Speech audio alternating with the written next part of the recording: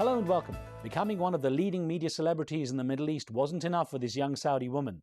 She took on the role of activist and goodwill ambassador for the United Nations and was named Global Young Leader by the World Economic Forum. This week on One on One, meet television host and activist Muna AbuSulayman.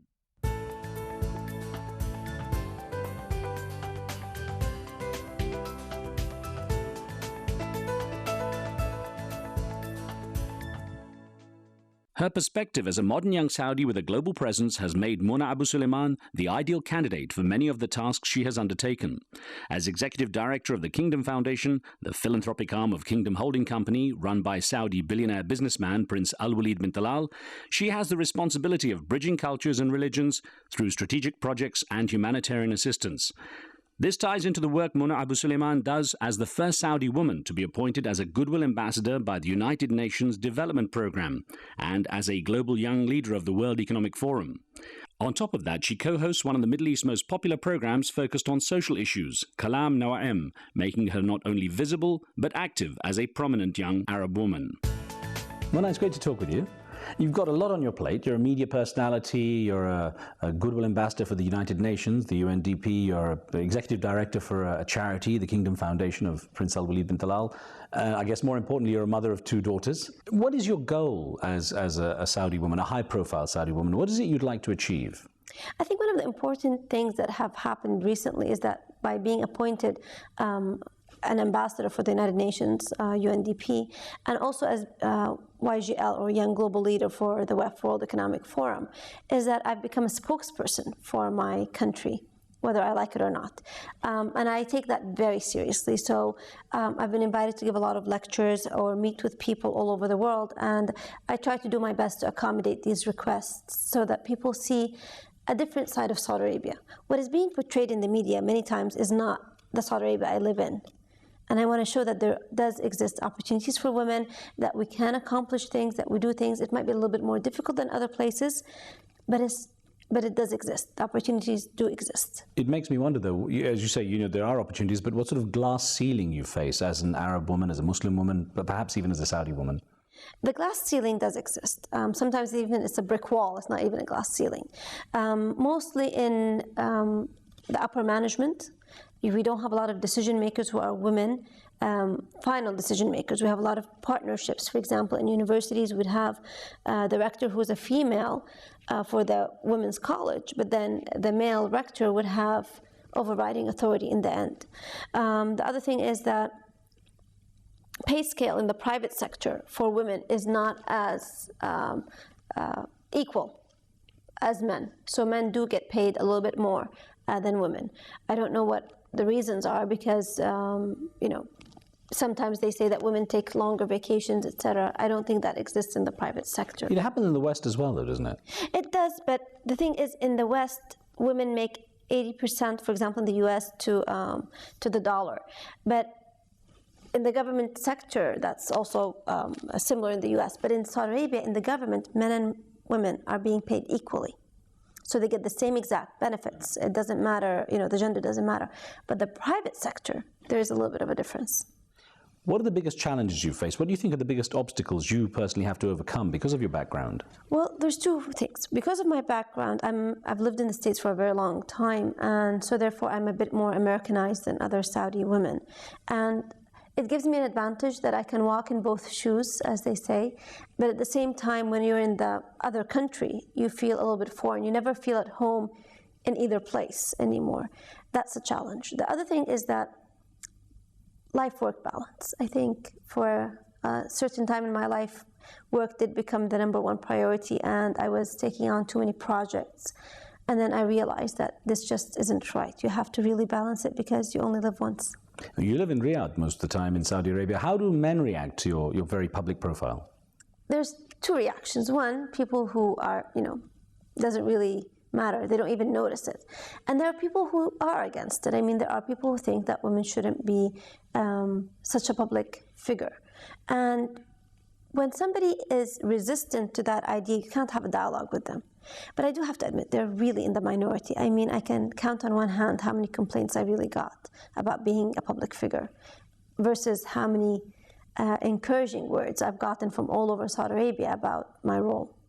You were born in America. You were born in Philadelphia, in fact, and raised for your early years in America. And, what do you remember of those early years? What were your earliest memories there? Yeah, the city of brotherly love. Philadelphia was not as advanced as it is right now. It was still a very scary place. We were living very close to the University of Pennsylvania, where my father went.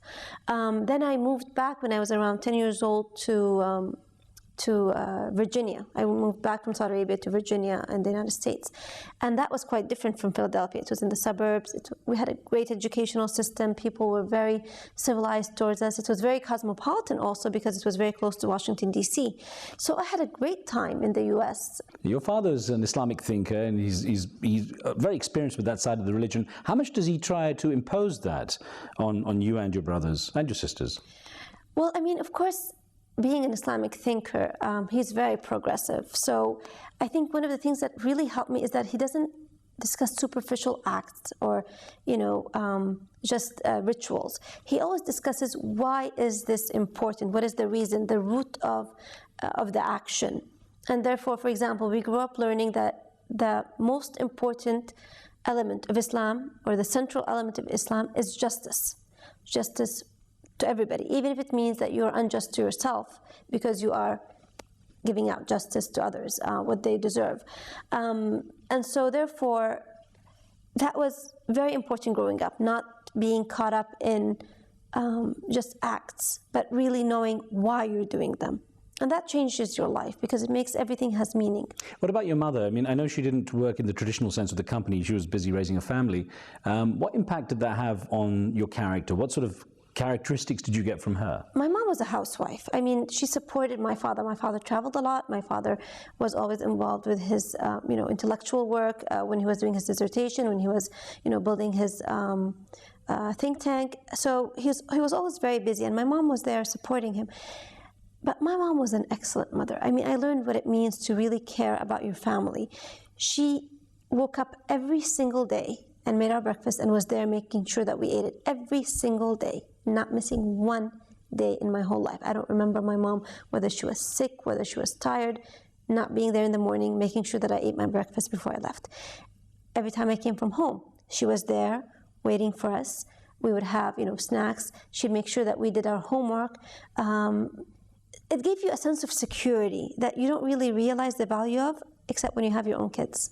Did she, was she religious? Did she impose a lot of sort of religious rules on you? My mom is actually more conservative than my dad, in a way, because she does care about the hijab, for example. So she was concerned that we would have to, for example, pray on time rather than, whenever we felt like it or whenever we had time, which that's what happened when you grow up in the West. She wanted us to wear the scarf, so she was very instrumental in, shopping with us for clothes that were appropriate. So she did play a role in making us outwardly conservative, I think. Now, unfortunately, you joined a club that is growing across the world and in Saudi Arabia, the club of divorcees. And I wonder how your parents reacted to that. I mean, I guess it's not as common, obviously, in Arab culture as it is in the West, but it's a growing trend, isn't it? It's actually quite growing, and it's very, it's a matter of concern because I think it's now 30% of marriages end in divorce, which is a very high number when you think about Saudi Arabia as being a country that really cares about families and making sure that children are growing in a stable environment. Now, for me, my divorce was perhaps a bit more unusual than when you think about Saudi Arabia. For example, my parents supported me totally. They said, whatever is your decision, take your time, think about it. We're not going to interfere in you making the decision. Actually, my father told my brothers and sisters not to talk to me about it so that I make my own decision, not being influenced by other people's feelings. And once I did have the divorce, I mean, I worked on TV, I traveled a lot, so there was no change in my lifestyle before divorce and after divorce, which isn't always the case for women in Saudi Arabia. A lot of times when you get divorced, people are much more concerned about you, and perhaps in trying to show love, they would actually sort of suffocate. How has your own experience going through divorce and the background you've had from America to Saudi and back through America, how has it affected the way you will bring up your own daughters? How has it affected the way you treat them in terms of religious guidance, in terms of sense of freedoms or empowerment as women? I'm going to tell you something, you're going to laugh about this, but my role models in my divorce were Demi Moore and Bruce Willis. Well, because I remember when I was, young, and they were getting divorced, they would go to premieres together, and they would really have this kind of relationship. And I thought that was always, a very good thing, that they were friends afterwards. And I actually did do this with my ex-husband, so we were very good friends, and we, share parenting and custody. And for example, my divorce never went to court. We were able to solve all the issues beforehand very cordially between us, and we didn't have to go to a judge to do this. He fully supports the kids, and it's been wonderful post-divorce. Our relationship may not have been as great during the marriage, though. And I know you've had many, many proposals for marriage since, especially in Saudi culture, a lot of men make formal approaches. So, of course, you're very much... they make approaches to the family. All right. And I know you got engaged for a while. It didn't work out. But what does it say about the way male-female relationships are going in the Saudi culture, in the Arab world in general, I guess? I mean, in the Western world, people often don't put that much weight on the fact someone is divorced or they have kids or anything. How is it affecting your life as an Arab woman? Well, the idea of marriage after divorce is quite difficult because, first of all, there's the issue of trust. You have a lot of baggage that you need to deal with, and I think sometimes people jump into a second marriage not realizing that they didn't deal appropriately with the baggage, so they get divorced a second time, and I've seen this with several of my friends. The other thing is that the other face of the coin is that you grow up tremendously. You suddenly have gone through a very traumatic experience, and if you do actually pass through it, you gain a lot of strength. Getting married after a divorce, I think, is, for me, problematic because it's difficult to trust again. It's difficult to think about finding somebody who believes in the partnership that I'm looking for. This is one of the things about Saudi Arabia, is that men don't approach marriage in a partnership with a partnership mentality. They I think women would argue that happens everywhere. Well, perhaps in Saudi Arabia it's a bit more severe than other places. So I think what I'm looking for perhaps is quite rare. Well, you had a fantastic career, you are having a fantastic career, and I want to ask you more about that in just a moment. We're going to take a short break here, back with more One-on-One in just a moment.